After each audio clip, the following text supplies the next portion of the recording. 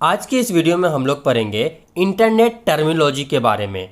जानेंगे कि internet terminology हमारा क्या होता है और इंटरनेट टर्मिनोलॉजी में हमारे कौन कौन से टर्म्स आते हैं। जैसे हमारा न्यूज़ ग्रुप क्या होता है, हमारा ब्लॉग का मतलब क्या होता है, वेब सर्वर वेब क्लाइंट का क्या मतलब होता है, वेब पोर्टल हमारा क्या होता है, उसी तरह से हमारा ईमेल एड्रेस क्या होता है, ईमेल एड्रेस के यूजेस हमारे क्या है। उसके साथ साथ हम लोग एक और टॉपिक पढ़ेंगे जिसका नाम है हमारा downloading and uploading file from remote site. हम लोग जानेंगे कि डाउनलोडिंग हमारा क्या होता है, अपलोडिंग क्या होता है और रिमोट साइट हमारा क्या होता है। तो आज के इस वीडियो में हम लोग इन सारे टॉपिक्स के बारे में जानेंगे। तो इंटरनेट टर्मिनोलॉजी की अगर हम बात करें तो हमारे पास सबसे पहला टर्म आता है कि वेब क्लाइंट हमारा क्या होता है। Any computer on the network that requests services from another computer on the internet। कोई भी ऐसा कंप्यूटर जो कोई सर्विस का रिक्वेस्ट करता है, सर्विस मांगता है दूसरे कंप्यूटर से, उस कंप्यूटर को हम क्या बोलते हैं, वेब क्लाइंट बोलते हैं।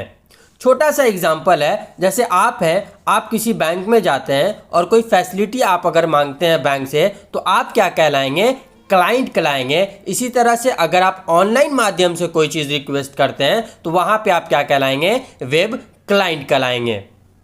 अगला टर्म है हमारे पास web server. Any computer that receive request from user और client computer process and give output.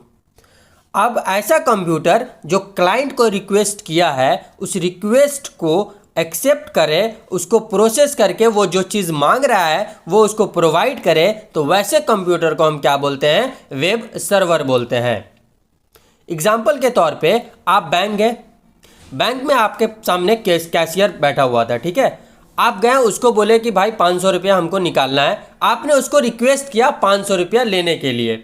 Cashier ने क्या किया, आपका प्रोसेस किया, आपके अंगूठे को या फिंगरप्रिंट को स्कैन किया, आपको वेरीफाई किया, उसके बाद आपको क्या किया, उसने 500 रुपये दिए। तो जो कैशियर हुआ वो हमारा यहाँ पे क्या हुआ, वेब सर्वर हुआ, और जो आप रिक्वेस्ट किए वो क्या हुए, आप वेब क्लाइंट हुए। तो सिंपल वर्ड में आपको याद रखना है, रिक्वेस्ट करने वाला क्लाइंट होता है और रिक्वेस्ट को फुलफिल करने वाला सर्वर होता है।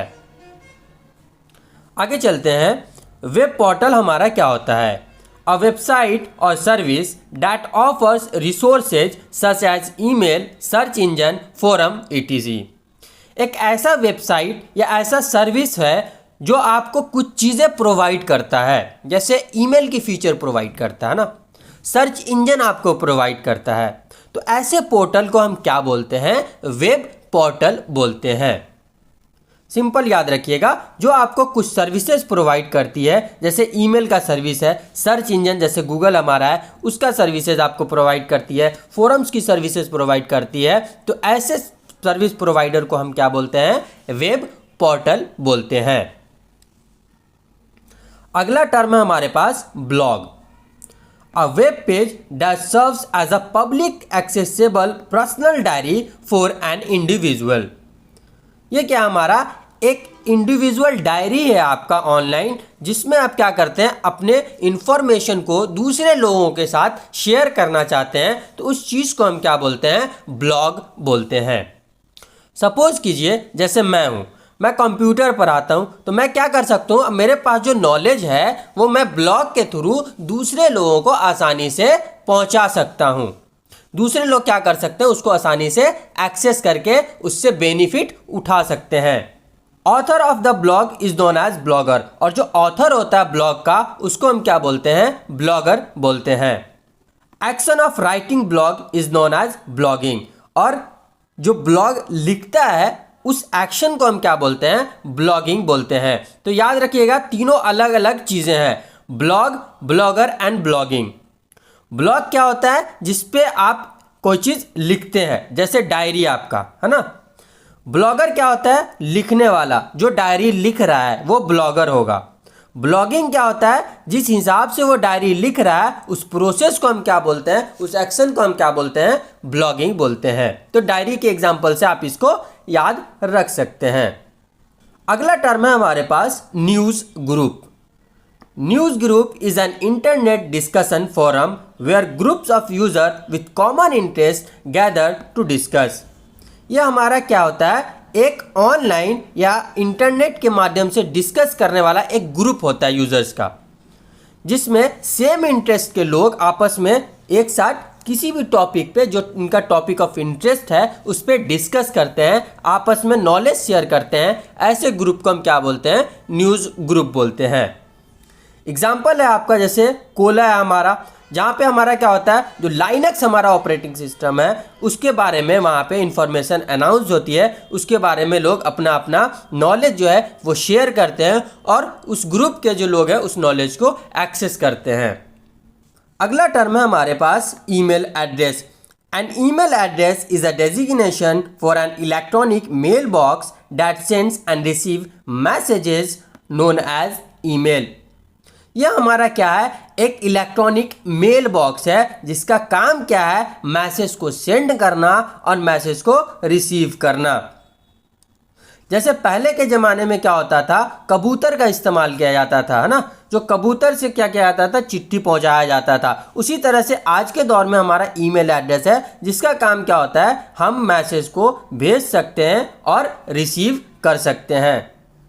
Since the 1980s, all email address follow the same format @ 1980 से लेके अब तक सेम फॉर्मेट यूज़ होता है, जिस फॉर्मेट का नाम क्या है, @ है। ये एग्जाम्पल में अक्सर पूछा जाता है कि ईमेल का फॉर्मेट क्या है।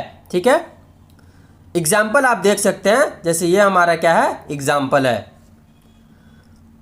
अगला टॉपिक है हमारे पास downloading and uploading file from remote server.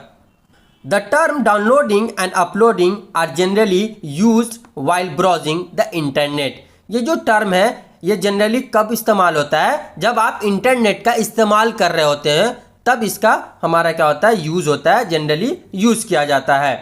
अब इसमें टोटल 3 वर्ड है, एक तो है हमारा डाउनलोडिंग, दूसरा है हमारा अपलोडिंग और तीसरा है हमारा रिमोट साइट।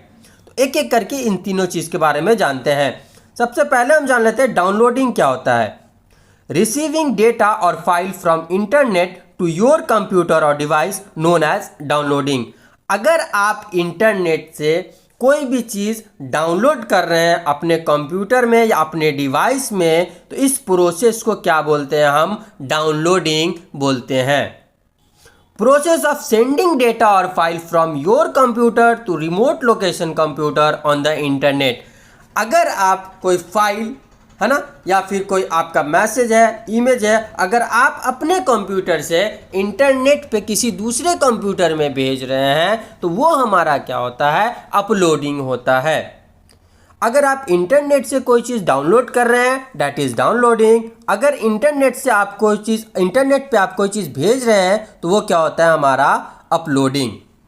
रिमोट साइट क्या होता है, a remote site is one that is physically located in a different location।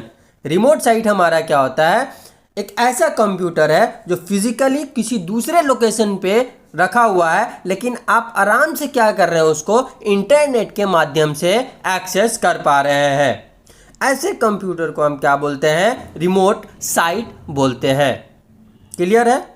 तो आज की वीडियो में हमने बहुत इंपॉर्टेंट टर्म्स देखे जो कि हमारे एग्जाम पॉइंट ऑफ व्यू से बहुत इंपॉर्टेंट है। उसके बाद हमने क्या देखा कि हम कैसे किसी फाइल को अपलोड कर सकते हैं और डाउनलोड कर सकते हैं। अगले वीडियो में हम लोग डिस्कस करेंगे वर्ल्ड वाइड वेब के बारे में, जानेंगे कि वर्ल्ड वाइड वेब हमारा क्या होता है, उसके फीचर्स, कंपोनेंट्स के बारे में जानेंगे और साथ में हम इंटरनेट प्रोटोकॉल्स के बारे में भी पढ़ेंगे। तो मिलते हैं आपसे अगले वीडियो में, तब तक के लिए बाय, जय हिंद। प्लीज़ वीडियो को शेयर कीजिए और अपने दोस्तों और अपने कलीग्स तक इस वीडियो को ज़रूर पहुंचाइए।